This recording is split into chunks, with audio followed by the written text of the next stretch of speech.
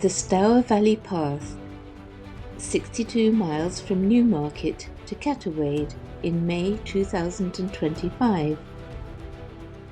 After having tramped all over Britain and polished off all the national trails in England and Wales, I realised that, apart from a few brief forays, I had never properly set foot in the counties of Suffolk and Essex. The Stour Valley Path was my solution to remedy this. Starting at Newmarket, on the western edge of Suffolk, it dips into eastern Cambridgeshire before heading eastwards to follow the course of the 47-mile-long River Stour along the Suffolk-Essex border. On its way, it runs along the Cambridgeshire Devil's Dyke, passes through some very pretty rural areas dotted with ancient ruins, timber-framed houses and charming little villages, and includes the Dedham Vale area of outstanding natural beauty, made famous by the legendary artists John Constable and Thomas Gainsborough.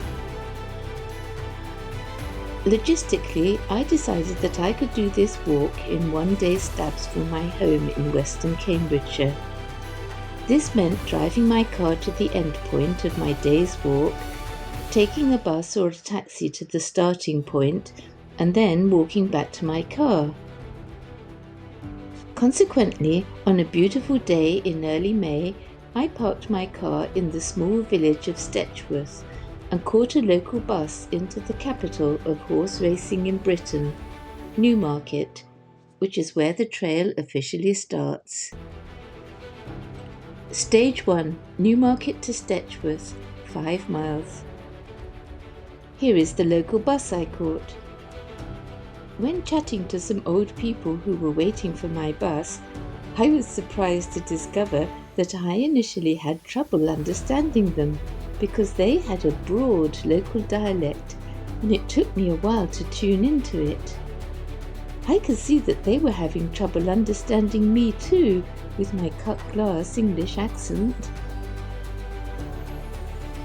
Getting powered up with a yummy coffee at the official start of the Stour Valley Path by the clock tower in the centre of Newmarket.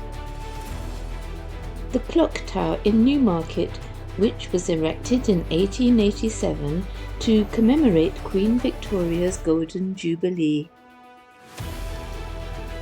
Statue of Hyperion, one of the most successful thoroughbred racehorses of the 20th century. Beautiful wisteria growing on a derelict pub as I was leaving Newmarket. Statue celebrating Queen Elizabeth II's special relationship with Newmarket and thoroughbred horses, unveiled by the Queen on the 3rd of November 2016, the year of her 90th birthday. Only in Newmarket.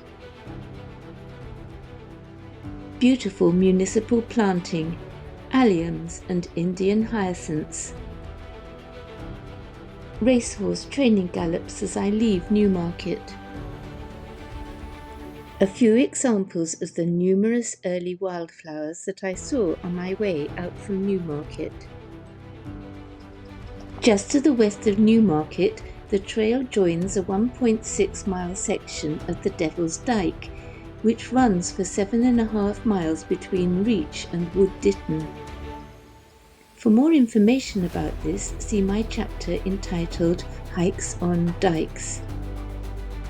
I had previously visited this dyke on 2 occasions, once when I walked the whole dyke in the opposite direction with my friend Gilly in 2017, and once when my son Alex and I crossed it when we were walking the Icknield Way, also in 2017.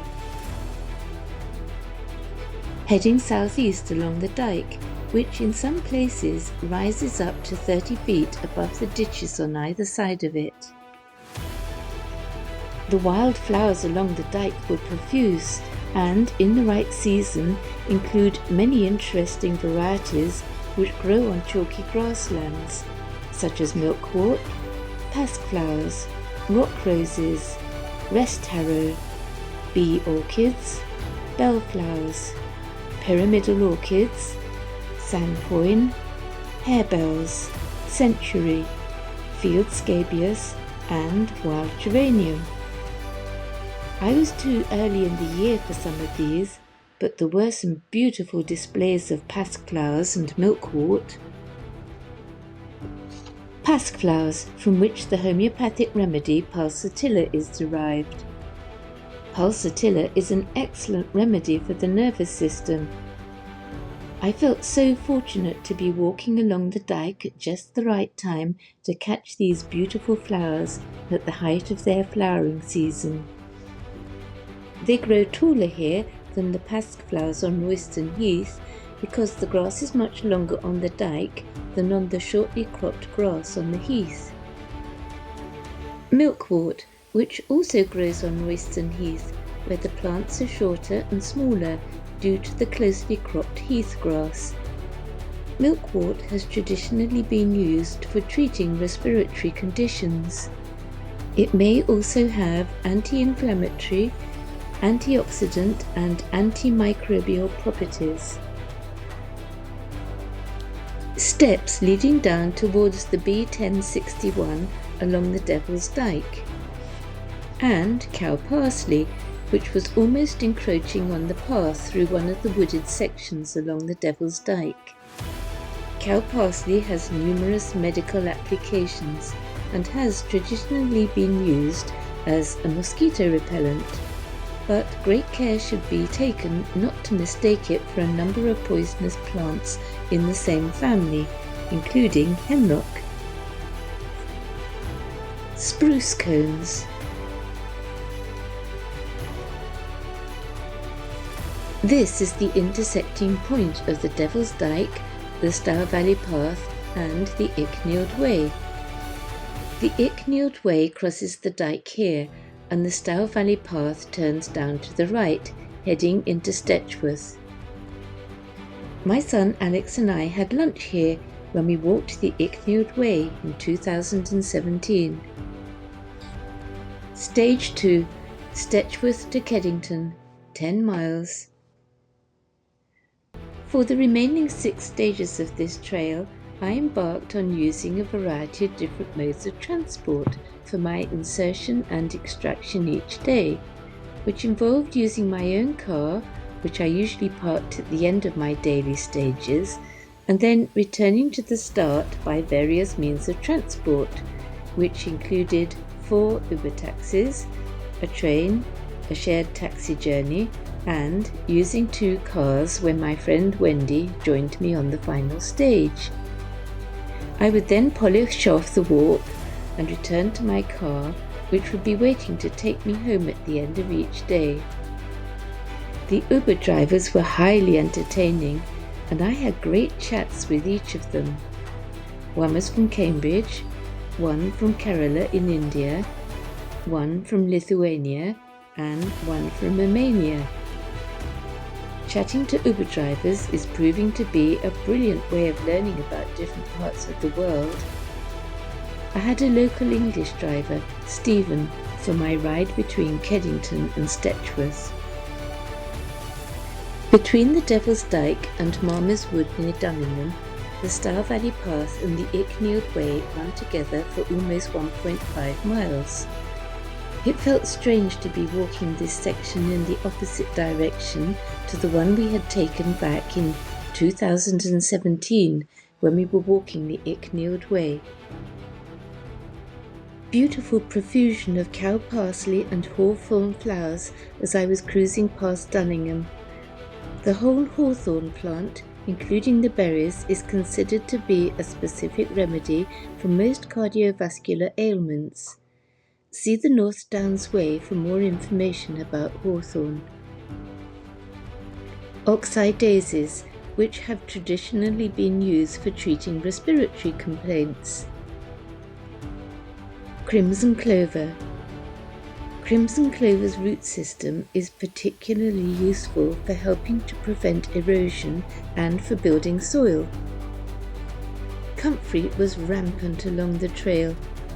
Comfrey, also called nipbone, has traditionally been used to make external poultices for healing burns, sprains, swelling and bruises. First sighting of the mighty River Stour just outside Great Bradley, the name of which is derived from Saxon times and means strong or mighty river. There are actually 5 river Stours in England, the other 4 being in Dorset, Kent, Worcestershire and Warwickshire. Approaching St Mary's Church, Great Bradley. St Mary's is a Grade II listed Norman church and is said to be one of the most interesting in West Suffolk, with many fascinating features. Depicted here is its Tudor porch. The 15th century octagonal font with beautiful quatrefoil rose carvings. The South Porch, one of Suffolk's most magnificent examples of Norman stonework. Selfie on my approach to Little Bradley. The gatehouse to Little Bradley Hall. All Saints' Church, Little Bradley, one of the most westerly of East Anglia's 171 round-towered churches. The tower is believed to be of late Saxon origin.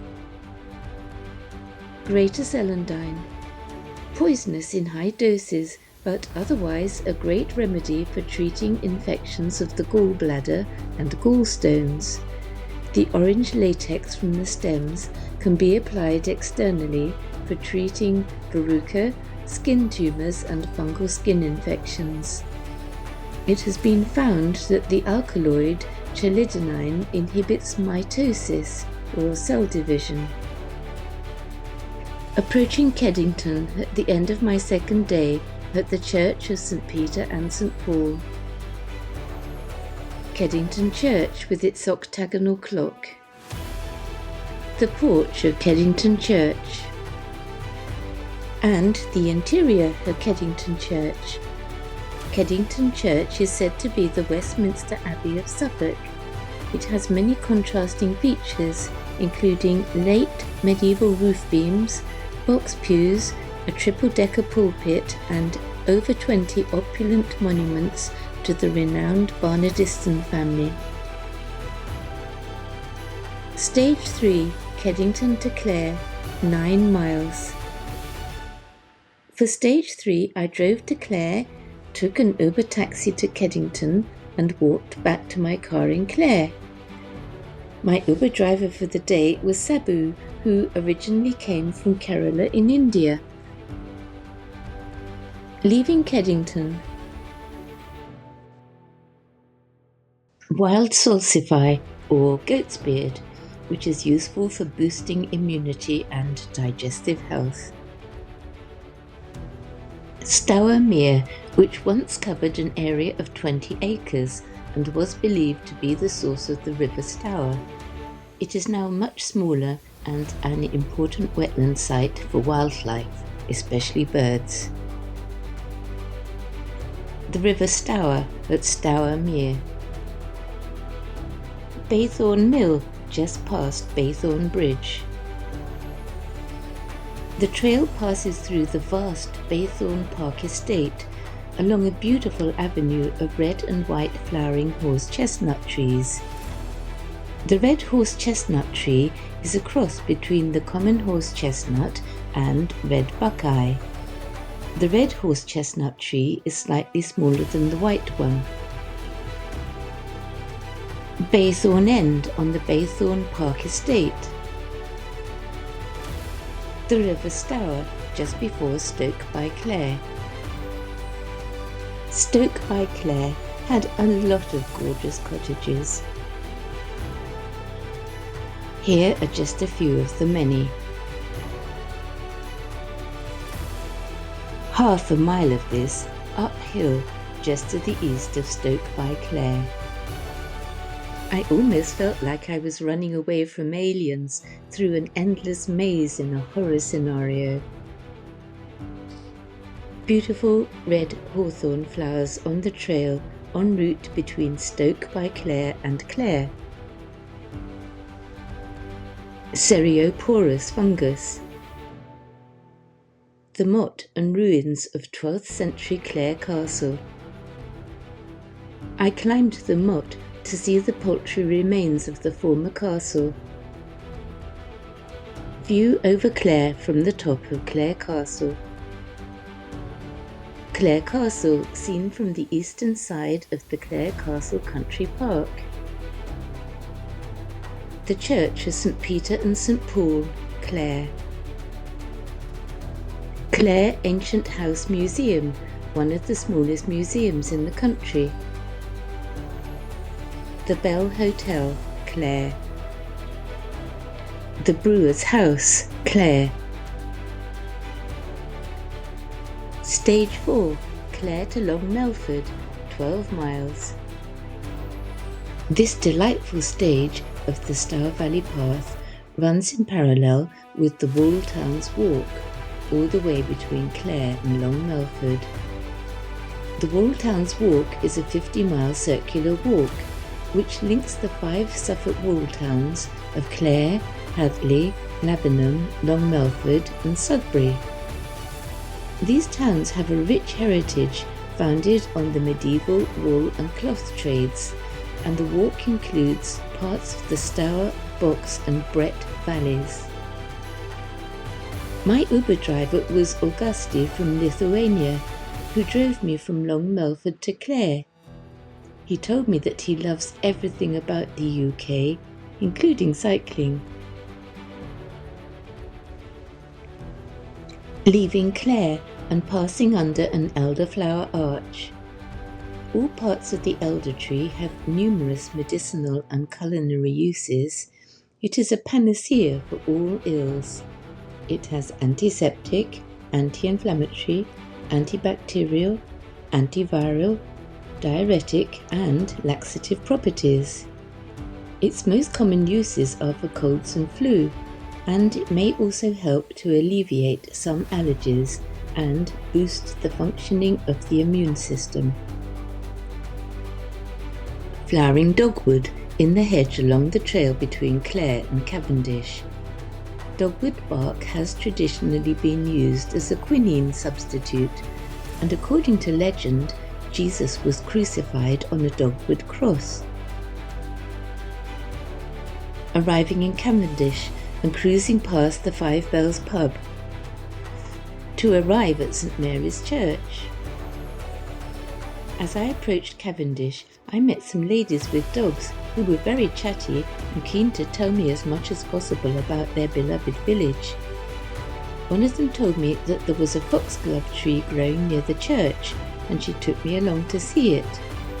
Unfortunately, it had just finished flowering, so I missed it in its full glory, but apparently the flowers are supposed to be quite stunning.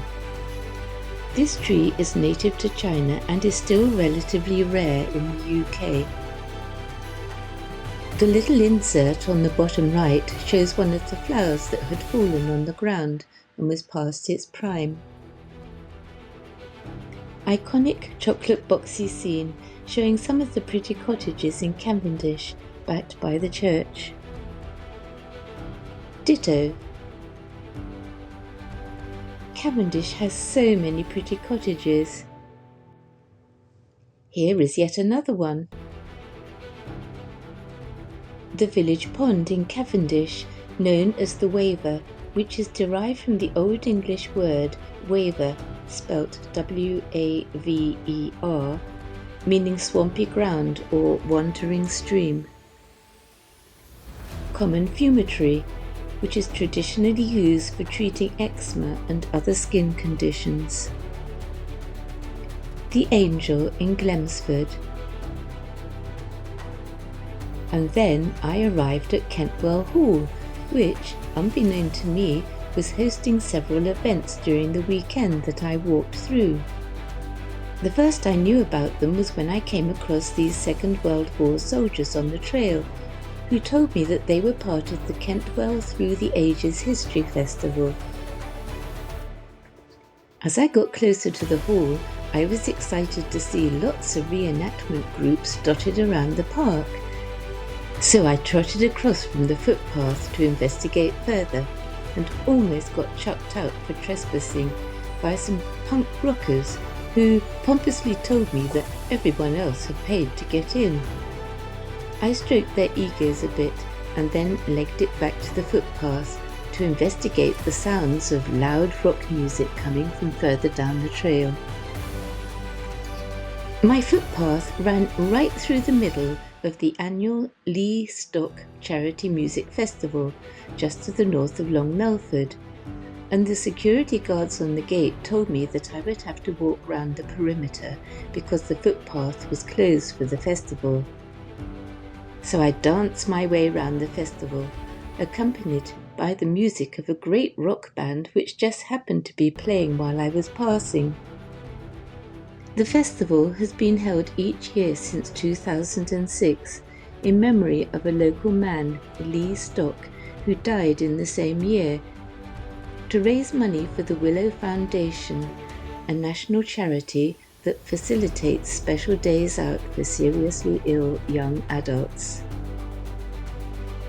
I then arrived at the Holy Trinity Church in Long Melford, which is located right next to the festival, and had my lunch on a bench as I listened to the music being played.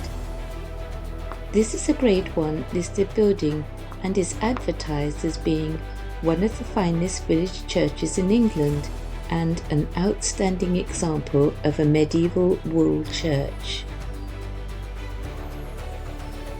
This was interesting. It depicts 3 hares, each of which has 2 ears but only 3 between them. It is the only medieval example in stained glass. Some like to think of this as depicting the Holy Trinity, but the symbol has also been found painted on a Buddhist cave in China, dated 600 AD. There are also 19 medieval examples of this as wooden bosses in Devon. Melford Hall, built in 1559, which is owned by the National Trust. It was just closing as I walked past, but I took a sneaky peek inside the gates. This photo shows the banqueting house. The Bull Hotel in Long Melford. This beautiful timber-framed inn was built in 1450. Note: from Long Melford, the Stour Valley Path more or less runs in parallel with the St Edmund Way, all the way to the coast at Manningtree. The St Edmund Way is an 80-mile trail across Suffolk, from Bury St Edmunds to the coast at Manningtree. For my final 3 stages on this trail, please see my video entitled The Stour Valley Path, Part 2.